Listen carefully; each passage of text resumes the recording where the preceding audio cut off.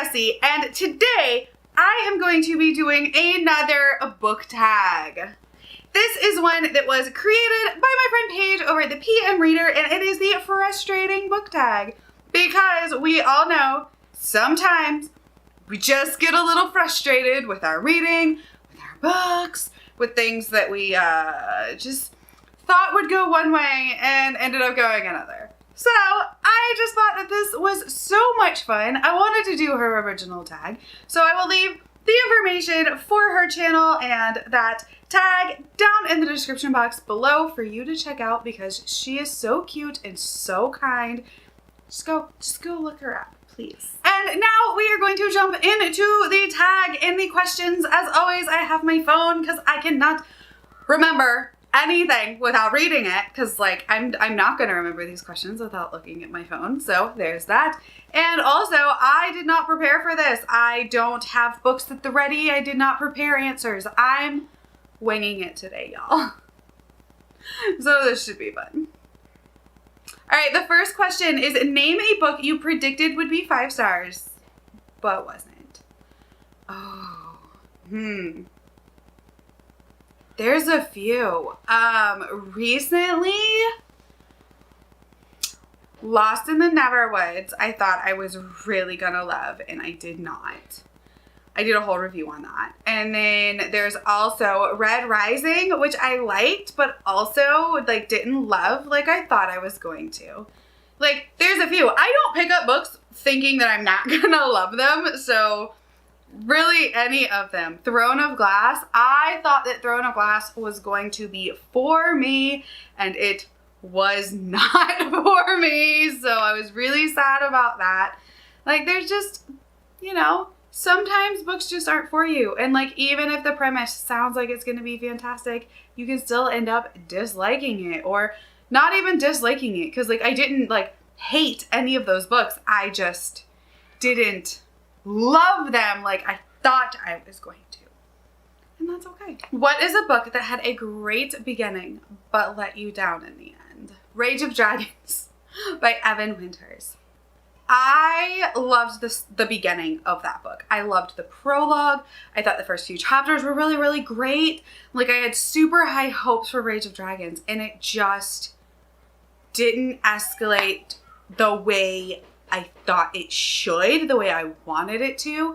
It never seemed to like grow. It just seemed to kind of like stay the same. And that just really let me down. Like, I had super high hopes, especially after that prologue. Like, that opening prologue in Rage of Dragons is the best thing about the book. It is fantastic, and I would read an entire book of just like those characters. So that one it just let me down, man. Do you have a book with a pretty cover but an ugly spine? Do I? I don't think so. Maybe. Hold on. Okay. So the cover to this isn't what I would say is pretty, but I love these covers. And that is like the old school fantasy Wheel of Time covers. This one is book 3, I believe. Yeah, The Dragon Reborn, book 3. And I don't hate the cover. Like, it's a nice cover.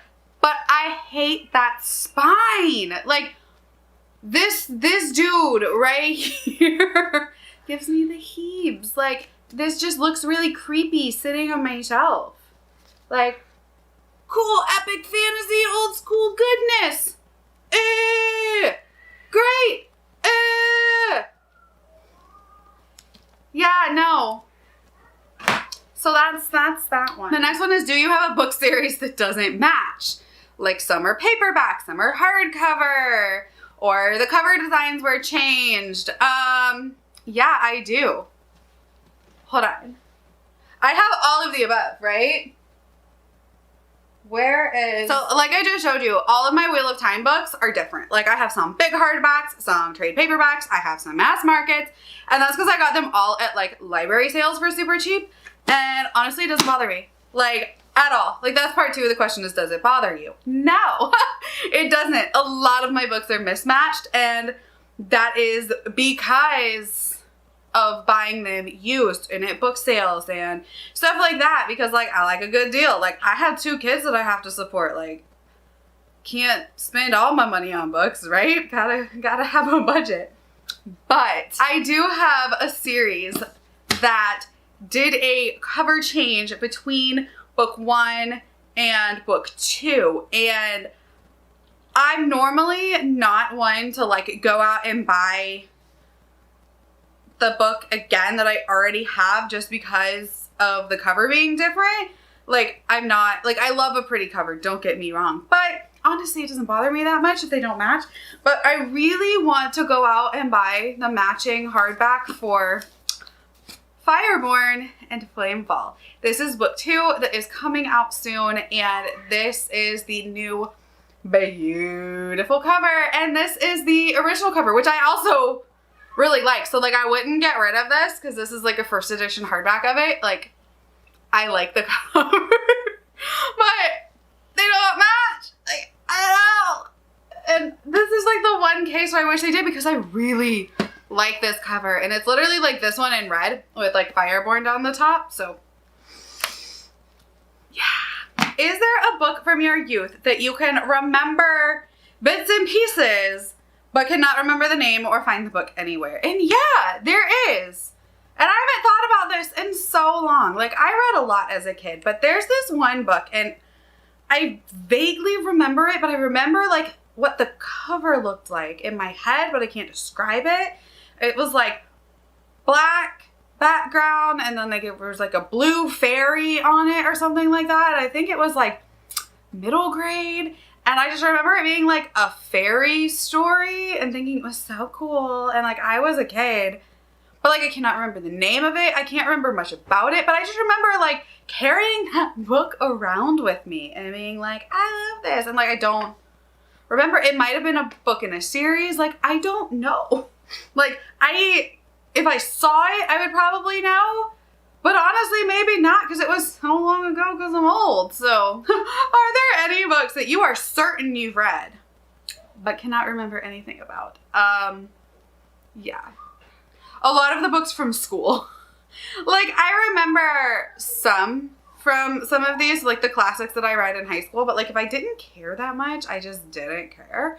Like, and I actually liked a lot of the classics we read, but I remember reading the Canterbury Tales. I own the Canterbury Tales, but I don't remember the tales themselves. All I remember is that we had to memorize the prologue in Old English and recite it as part of a grade. Could I do that now? No. Could I probably read it and like it come back to me? Yeah, but like, I don't remember the book itself, like the stories themselves, so much as I remember like having to do that. And then also the Scarlet Letter I remember reading and I remember liking, but like, I don't remember how it ends. Like, I don't remember what happens in the book. All I remember is like the premise of the book. So like, it's a girl and adultery and she has to wear a scarlet A. Like, that's all I remember. Tale of Two Cities, I do remember a lot of Tale of Two Cities because I liked that one. I like Dickens. Don't judge me. This one's funny. Have you ever recommended a book to someone and then they started telling you all the things they don't like about it? Does it bother you? In other words, do your feelings get hurt when someone else doesn't like a book that you love? No. I mean, this has happened to me, yes. And no, it doesn't really bother me. Because, like, I know that not every book is going to be for every person. Now, I guess if someone was, like, judging me based on the book, like, being rude, like, that would bother me. But, like, my friend Chelsea at Chelsea's Out, she did not love Sword of Kaigen. Okay, that's cool. Like, we're still friends. Like, Taylor, my friend, also didn't love Sword of Kaigen. And, oh, her channel's Made Between Pages, by the way. Check her out. She's so sweet. Like, she didn't love it. And I agree with a lot of her criticisms of it. Like, I have so many friends that have read books that I love that they don't love. Like, and that's okay. Like, Monica at Moody Reads, girl, do we have some differences in taste sometimes, but I still love her to death. And like, she's never told me you're stupid for liking this book or whatever. It's just like, okay, I didn't like it. Cool. That's fine. I don't like some of the books. Like, it's just, you can't get super emotional or upset because like someone doesn't like a book that you like, because like it's all subjective, right? Now, like I said, if someone was like, I can't believe you like this because so you're so stupid, like you're so dumb, like you shouldn't like this, you don't, because you like this book and I don't, you're stupid or dumb or whatever, that's different. No, that's not cool, but that's not like ever what happens. So yeah. Number 8 is, what is your worst experience loaning a book out to someone? And honestly, I don't loan books out to people. I've done it in the past where I've loaned books out to people that I considered friends and like literally never saw them again.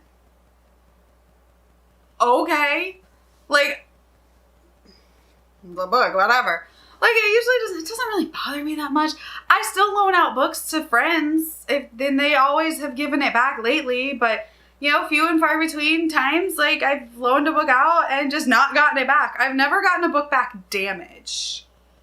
But there's been times that I've been like, oh, hey, read this, and like never saw the book again. But then like I'm too non-confrontational to be like, hey, you got my book back?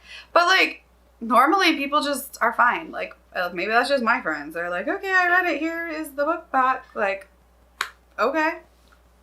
So no real bad experiences with that. This question is, show me some of the impulse buys that you haven't read.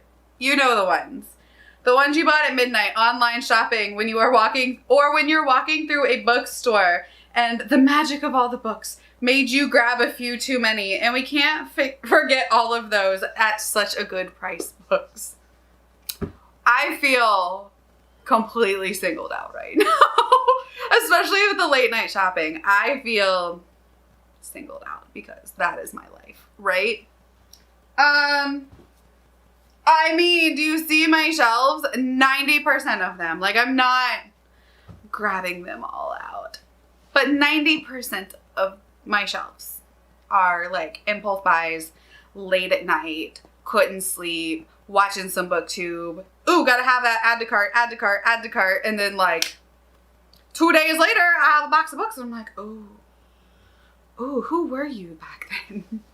Who was doing the shopping? No. Yeah, I don't have any like particular I can think of that's like, I bought this and I don't think I'll like it or whatever, but a lot of late night shopping. So take your pick. I'm not answering this question like fully. Just to make you hate me a little bit more, how many unread books are on your bookshelf?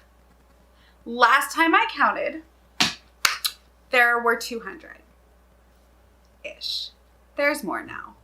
I don't feel like counting again right now. But last time I counted, which was maybe in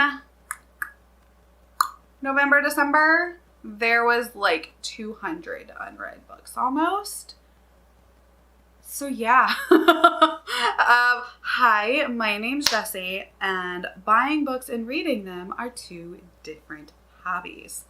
I like both, and I can buy faster than I can read. Thank you for coming to my TED Talk. So that was fun. And I guess now I will tag some people to do this. Let's go with Monica at Mooney Reads, because I already mentioned you, and I know you like a good tag. We're gonna go with Taylor at Made Between the Pages, because I already mentioned you, and I think this will be really fun. Chelsea at Chelsea is Out. I tag you too, because I've already mentioned you in this video, and think that you have a really good collection to talk about this from, because I've seen your bookshelf tour. Kind of jelly, it's pretty. But yeah, and anybody else that wants to do this, I think it's really, really fun, and just such a really cool tag. So hopefully you enjoyed this, and let me know if you do it or what some of your like bookish frustrations are down in the comments below. As always, I am Jessie. Thank you for hanging out with me, and I will talk to you next time. Bye.